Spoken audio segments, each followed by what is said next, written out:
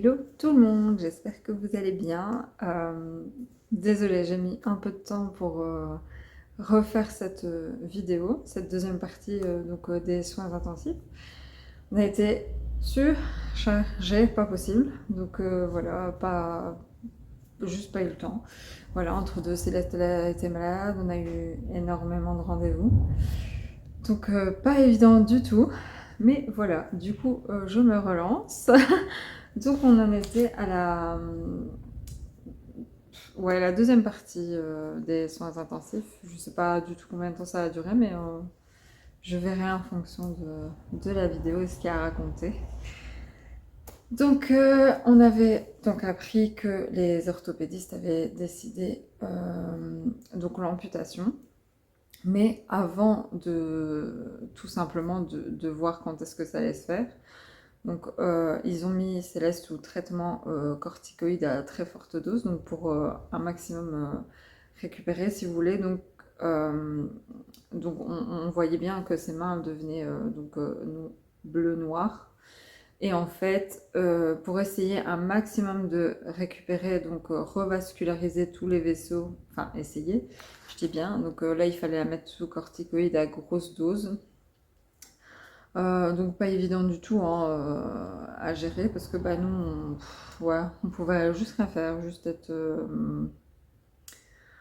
là à regarder en fait, puisque bah, nous on était compétents dans rien du tout, hein, donc il faut juste laisser faire, attendre et voilà, advienne que pourra. Donc il fallait attendre un maximum de temps. Donc en fait, les orthopédistes venaient tous les jours, les assistants ils venaient faire des photos tous les jours pour voir l'évolution. Est-ce que ça s'améliorait avec les corticoïdes? Est-ce que il n'y avait rien qui changeait? Est-ce que ça, au contraire, ça s'aggravait? Mais normalement, ça ne pouvait pas plus s'aggraver que ce que c'était.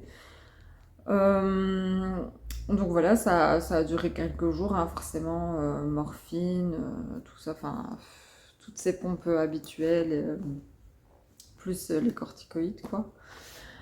Pas évident du tout. Ensuite, au bout de quelques jours, hein, forcément, moi tous les jours je téléphonais, hein, tous les jours je demandais est-ce que ça allait mieux, est-ce qu'on voyait une différence. Bon, bah, à un moment donné, c'est vrai que j'ai eu un petit froid en fait parce que un jour j'appelle au matin et je demande si tout va bien, est-ce qu'on voit une amélioration et là bah forcément j'ai quelqu'un de très froid qui me dit vous savez vous n'allez pas voir ça du jour au lendemain, c'est en semaine, en mois. Ouais, je crois que je l'avais juste gonflé avec mes questions mais il y a juste une manière de le dire, je sais pas, c'est juste quand c'est son bébé que bah, vous l'avez connu en entier, et que vous apprenez qu'à un moment donné, il va falloir l'amputer. Ouais, chaud quoi. Juste hmm, la manière de le dire, je dirais. Bref. Du coup, cette fois-ci, je me suis fait un petit papier pour pas trop m'égaler. Comme ça, c'est pas trop. Je ne me disperse pas trop. Donc voilà, ça a duré quelques jours et ensuite bah, les orthopédistes hein, ils ont pris la décision avec le corps médical qui s'occupe de Céleste, c'est-à-dire donc tous les médecins, en fait les cardiologues pour voir au niveau de son cœur aussi. Moi ce que j'avais très peur c'est que son cœur supporte pas une seconde opération bah, au niveau des membres, mais le problème c'est qu'en fait il fallait quand même pas trop traîner parce qu'il fallait attendre quand même un maximum de temps, voir qu'est-ce qu'elle allait récupérer, mais pas trop non plus pour pas que en fait ça devienne une septicémie et que l'infection elle se propage partout, parce qu'en plus ces petits membres ils commencent à sentir déjà depuis plusieurs jours et je me souviens la marraine de ma fille elle est venue la voir et en fait elle était choquée et elle me dit je suis désolée de te le dire mais en fait ça sent mauvais quoi. Et elle pensait que j'allais le prendre mal, mais sauf que moi je le savais déjà, c'était une réalité pour moi depuis plusieurs jours, quoi. Donc voilà, elle avait l'air choquée de me le dire, mais voilà, bref. Mais je me souviens de ça, quoi. C'est vrai que c'est particulier, quoi. C'est une odeur de poisson pas frais, quoi. Enfin, je vous donne pour avoir une idée. Donc voilà, donc après ils ont décidé d'amputer. Euh, Là c'est papa qui avait eu la nouvelle, je me souviens. Donc lui il avait été voir pour les pansements, tout ça, de nouveau comme la fois d'avant.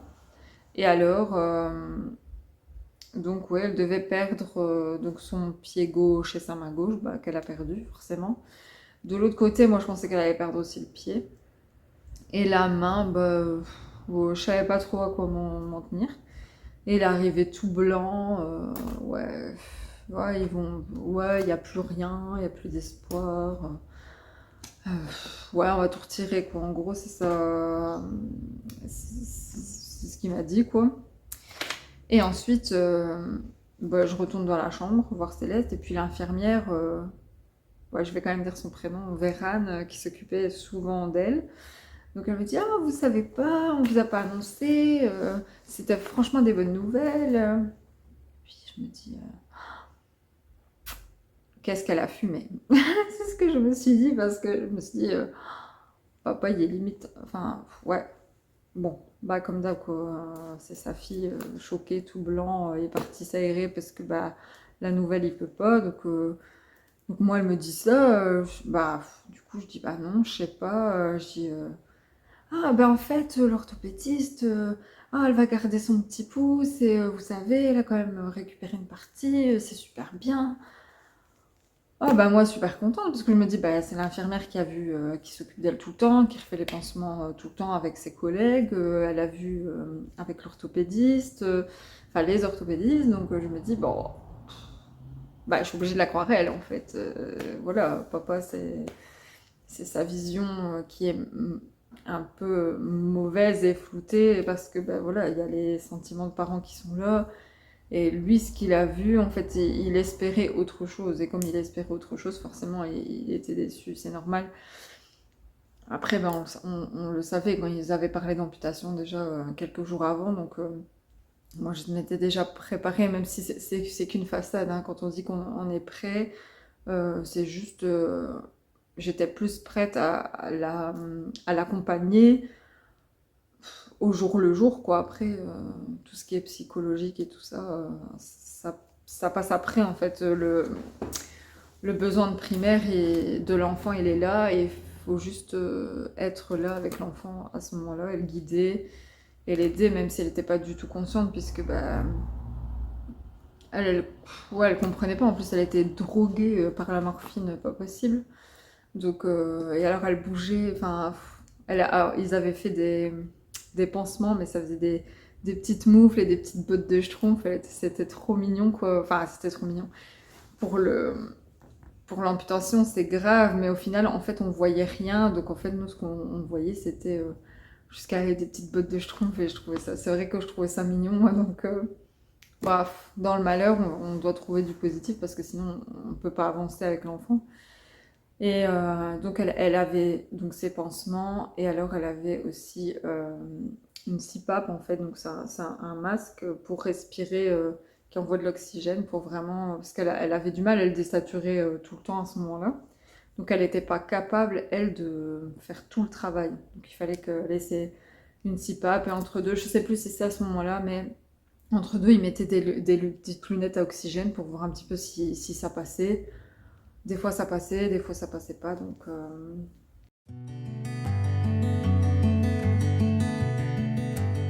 ouais, quel genre de questions on se pose quand on annonce une amputation?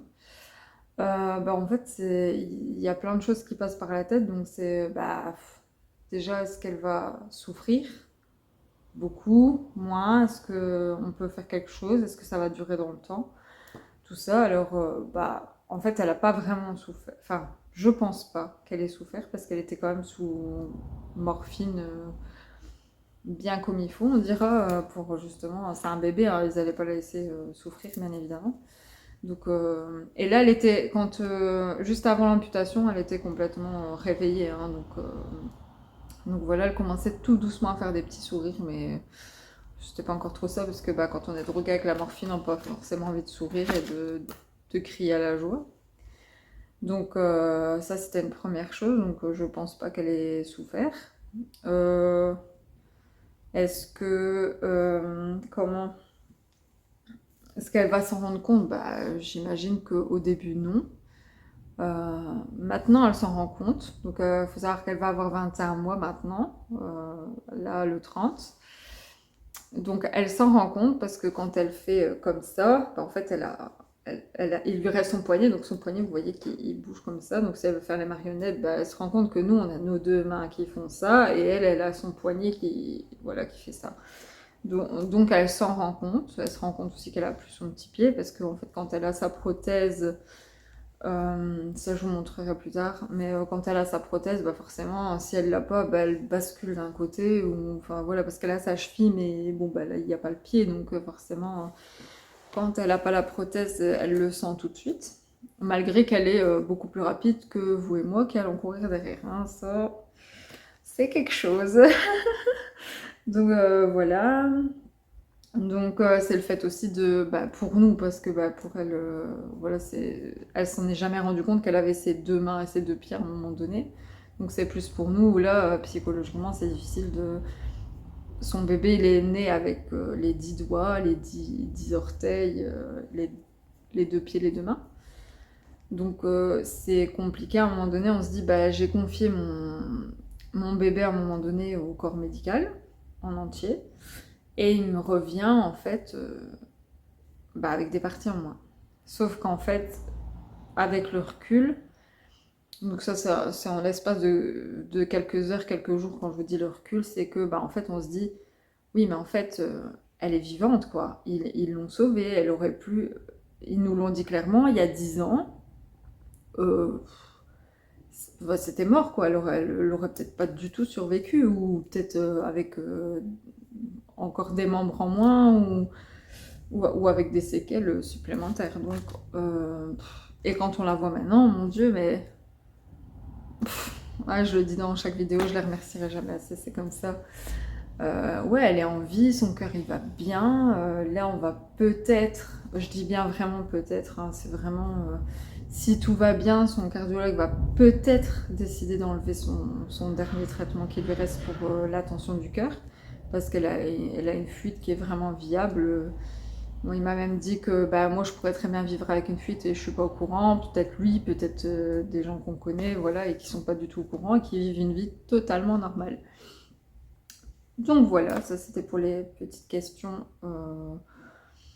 voilà, qu'on se pose en général. Est-ce que à l'école ça va aller? Parce que là on l'a déjà inscrite à l'école, elle va venir ici à l'école du village, et que voilà, elle a déjà rencontré son institutrice, elle a regardé un petit peu les enfants. Bon voilà, elle sait que ça va être autrement. Et si elle va chez la nounou, donc elle est déjà un petit peu habituée. Pour l'écriture, moi j'ai pas vraiment de soucis, elle sait prendre en fait comme ça. Donc, puisqu'elle a son pouce, et là il lui manque une phalange. Donc ouais, elle a les trois quarts du doigt. Donc pour prendre le crayon, tout ça, ça va aller. Donc ça, c'est toutes des petites questions voilà, qu'on se pose. Je m'étais dit que ce serait peut-être intéressant pour vous de savoir ce que nous, on s'est posé comme question au moment où on nous a annoncé vraiment l'amputation. Donc pas encore quand elle est amputée. Après, il y a des choses qui viennent aussi au fur et à mesure du temps. Voilà, moment pas facile du tout.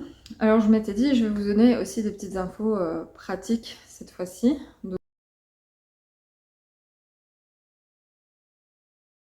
Donc j'espère que ça n'arrivera jamais, enfin plus à personne, mais même s'il n'y a jamais de risque zéro.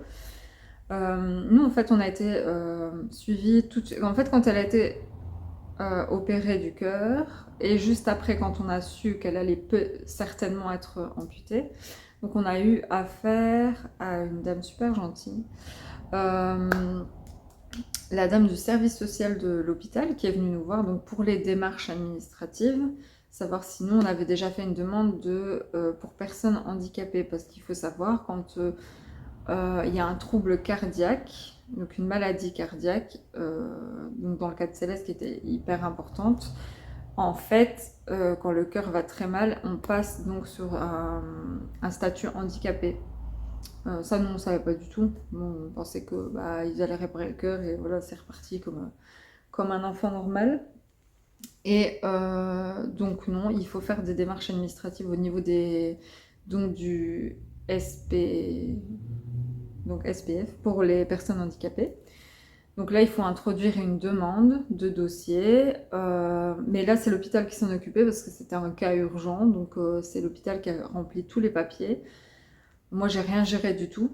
D'ailleurs, quand je suis rentrée à la maison, les papiers étaient déjà bouclés, j'avais plus rien à penser à ce niveau-là en tout cas.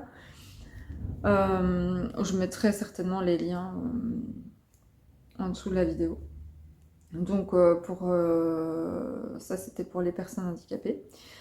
Et ensuite, là, il faudra faire du coup les démarches au niveau des allocations familiales parce qu'on a le droit à un supplément pour personnes handicapées. Et quand on voit vraiment tous les coûts que ça engendre, mais ça, je ferai aussi une vidéo plus tard, on se dit que bah ouais, c'est nécessaire. Malheureusement, c'est nécessaire. Voilà, donc ça, c'est des démarches qu'on a pu faire. Il y a aussi quand c'est des longues périodes de séjour, on a le droit à une carte parking donc, qui est autorisée par la commune. Donc c'est à voir avec le service social de l'hôpital qui voit avec la commune, qui prend le numéro de plaque de la voiture qui vient régulièrement. Et alors bah, du coup on ne paye plus l'accès au parking parce qu'il faut savoir que le parking c'est très cher. On en arrive à 7,50 € je pense par jour. Donc nous on était là tous les jours, donc tous les jours au départ on payait le parking parce que bah on savait pas trop comment ça allait aller, comme on vient de l'extérieur. En fonction des hôpitaux aussi et des communes, il y a des facilités ou pas pour les paiements, pour les parkings, pour les places handicapées, tout ça. Donc ça c'est vraiment à se renseigner. Bah, nous évidemment on est tombé dans le flou direct puisque bah, c'était en urgence donc on n'a pas eu le temps de se renseigner. Mais c'est peut-être bien de le savoir. Donc voilà, on en a à 7,50 € à peu près, ouais, c'est à peu près ça, par jour de parking. Donc quand c'est des hospitalisations de longue durée, de très longue durée, dans le cas de Céleste, on a le droit donc à une carte qu'on présente. Donc on rentre au parking avec le ticket. Donc vous passez la borne, la machine vous donne un ticket, vous rentrez dans le parking, vous garez. Et en fait, quand vous rentrez dans l'hôpital, vous allez directement à l'accueil.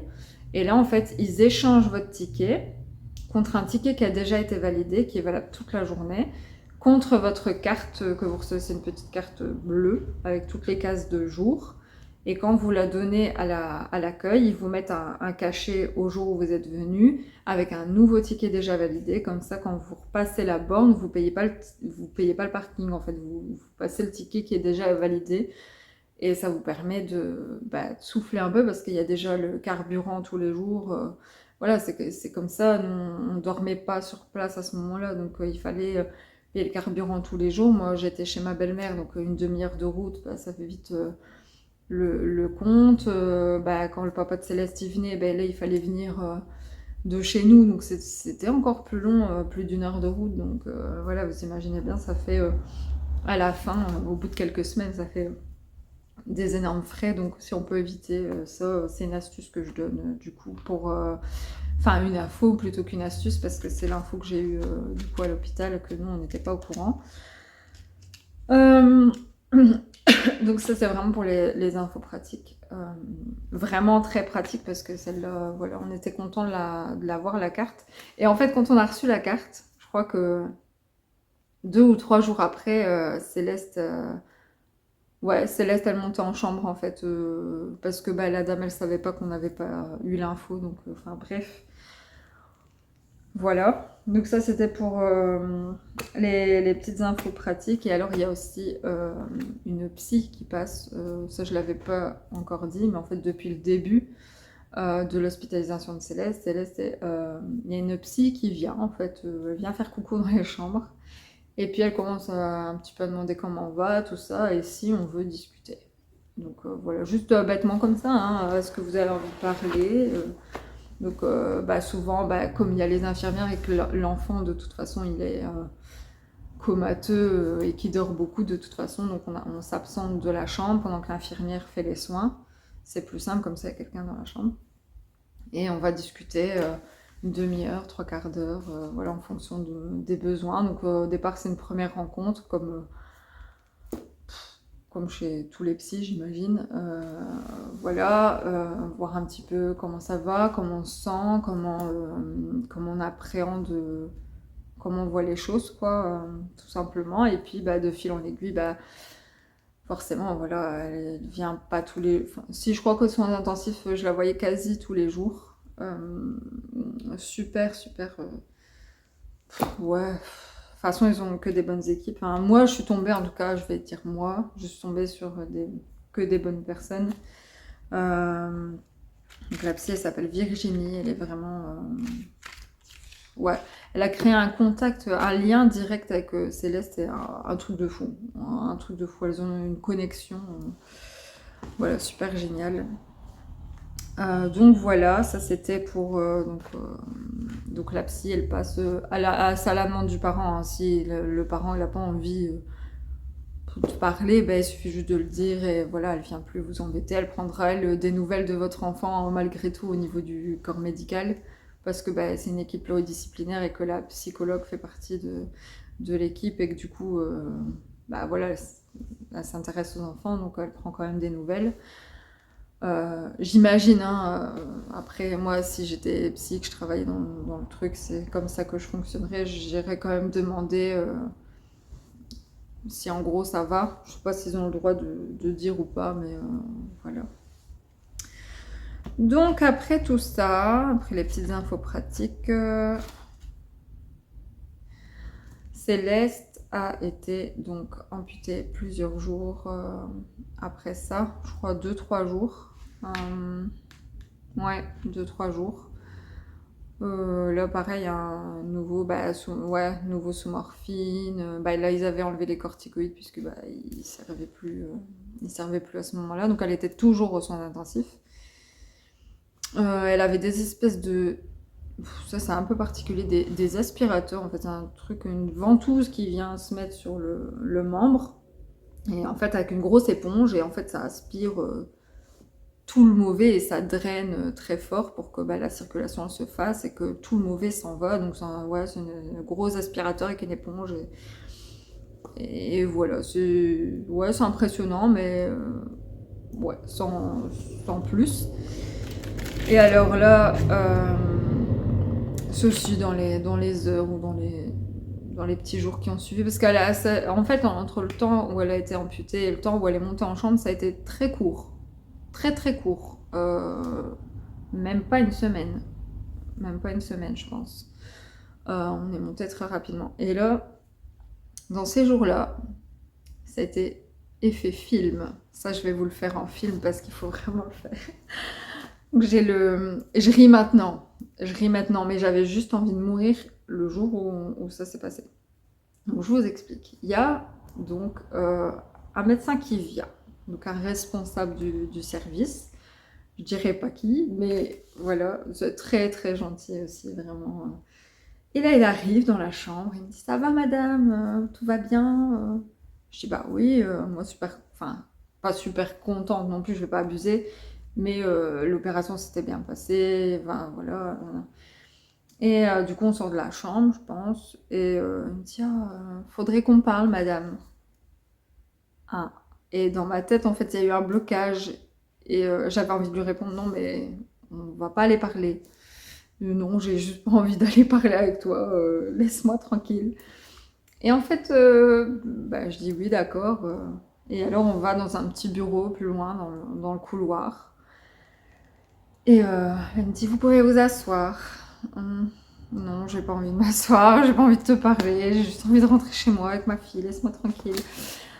Non, donc très très très sérieux. Je voyais bien que... Enfin, il voulait pas le montrer, mais je voyais bien qu'il y avait un truc nouveau qui allait pas. Et j'avais entendu, déjà quelques temps avant, qu'en fait, il fallait faire des prélèvements très réguliers à Céleste, voir comment ça allait aller, tout ça. Et donc, il me parle en me disant que, voilà, Céleste, elle a déclenché un problème au foie. Qui équivaut en fait à la jaunisse en fait, si vous voulez. Donc un enfant qui fait très très fortement la jaunisse, c'est dangereux parce que ça peut atteindre les cellules du cerveau, tout simplement, et ça c'est irréversible. Donc ça peut avoir des conséquences dramatiques. Ouais, juste ça. En fait, il me le dit pas comme ça, hein. Il me dit juste, voilà, Céleste a un problème donc au foie. Enfin, je suppose que c'est le foie, en fait, il me le dit pas, mais voilà, donc elle fait très fortement la jaunisse. Et donc, ils ont mis un traitement à la vitamine K qui sert notamment au combat de la jaunisse. Ça, il me l'a pas dit non plus. Je suis allée bidouiller un petit peu sur Internet quand je suis rentrée, moi, à la maison avec Céleste, parce que je voulais voir un petit peu, en fait, quelques semaines après,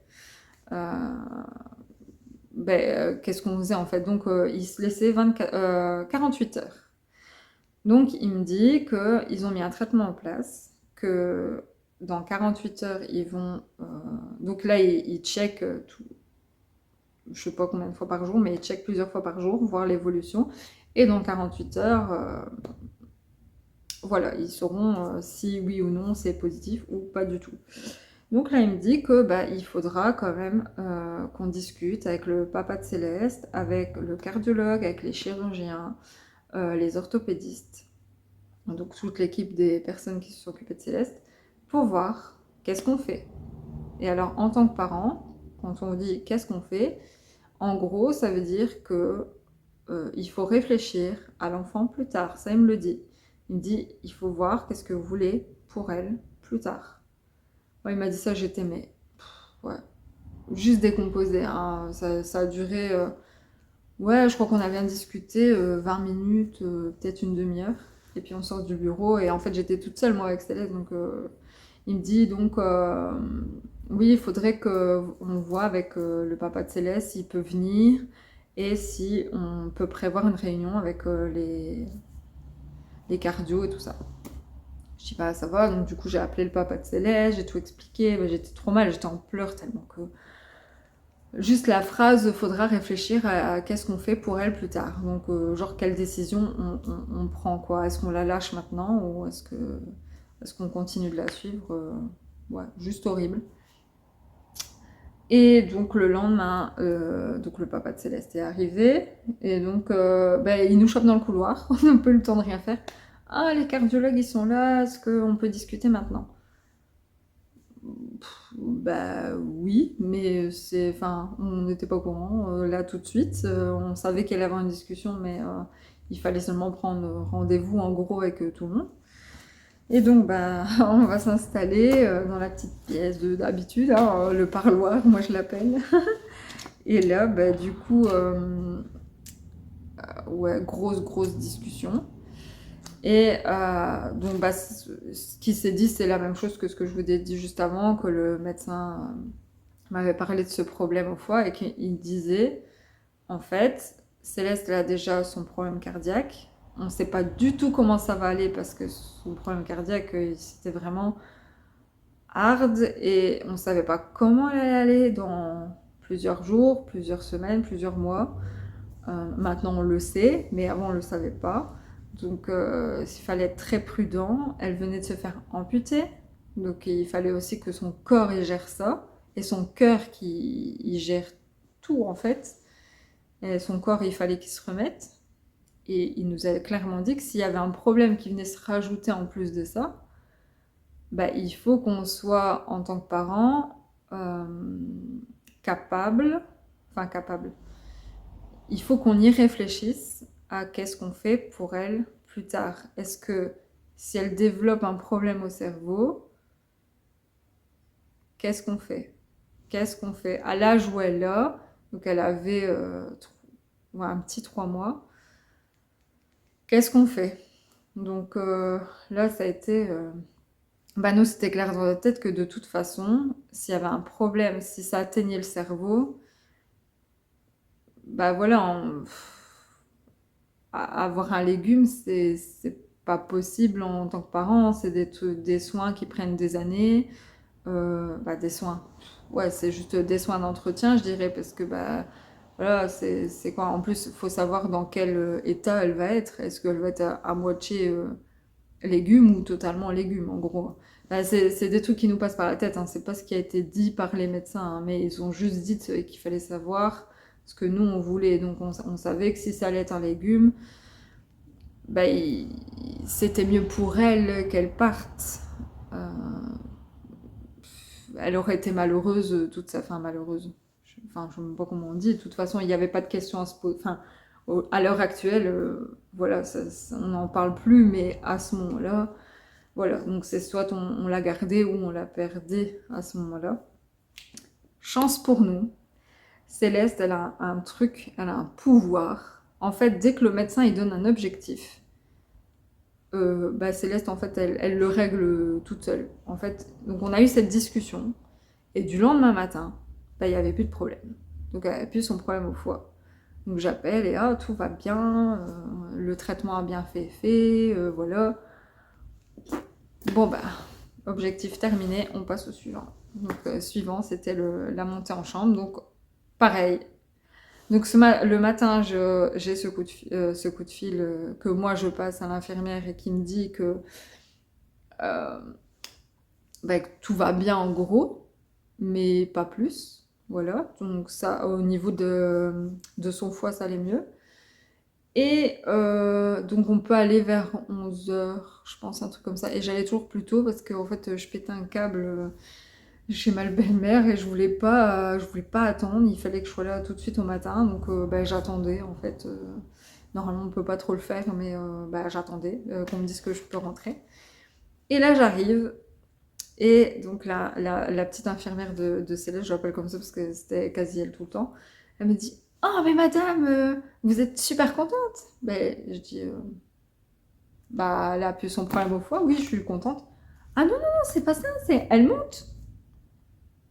Je dis « Elle monte, c'est pas possible, enfin j'ai appelé ce matin, on m'a trop rien dit et normalement elle en avait pour des semaines. » Enfin, on pensait qu'elle en avait pour des semaines de récup, et je dis là, vous me dites qu'elle monte, alors que normalement, en fait, il y a une condition pour monter, c'est qu'en fait, il fallait qu'elle ait plus, il y a une pompe qu'il fallait qu'elle ait plus pour pouvoir monter, et en fait, ils avaient enlevé ça, donc elle pouvait monter, donc elle avait plus que sa morphine, et où elle commençait le sevrage, et elle avait donc un traitement pour les douleurs fantômes qu'on met chez toute personne qui a un problème avec des membres. Là, forcément, elle venait de se faire amputer. Donc, pour que le cerveau, il crée pas des douleurs là où il n'y a plus de membres, en fait. C'est vraiment pour vous faire un très gros résumé global, parce que ça, je m'y connais pas trop. C'est vrai que j'ai pas trop regardé. Donc voilà, il fallait qu'elle ait plus un seul traitement et là elle pouvait monter. Donc en fait elle est montée avec sa pompe à morphine et ses autres petits traitements qu'elle avait, dont le traitement pour la douleur fantôme. Et alors elle avait des lunettes à oxygène, donc ça on n'arrivait pas à lui faire enlever, elle n'arrivait pas à tout prendre le relais toute seule, donc elle a gardé ses lunettes à oxygène. Et du coup on est monté début d'après-midi, à peu près. Super soulagement, parce que qui dit monter en chambre, qui dit que normalement ça va quand même bien. Donc voilà, c'était le jour des bonnes nouvelles, on dira. C'était vraiment une bonne journée, le fait qu'elle monte en chambre. Et voilà, donc c'était que du positif ce jour-là. Je me souviens bien que c'était vraiment chouette. Et en plus, ce service, il l'avait déjà vu une fois pour son traitement du cœur, bien avant qu'elle soit dans un intensif, et ils étaient super contents de la revoir, et voilà, voilà, juste bien, quoi. Donc voilà pour cette nouvelle petite grosse vidéo. La suite au prochain épisode. J'espère que ça vous aura plu et que vous continuez à nous suivre. Je vous dis à tout bientôt et on vous embrasse.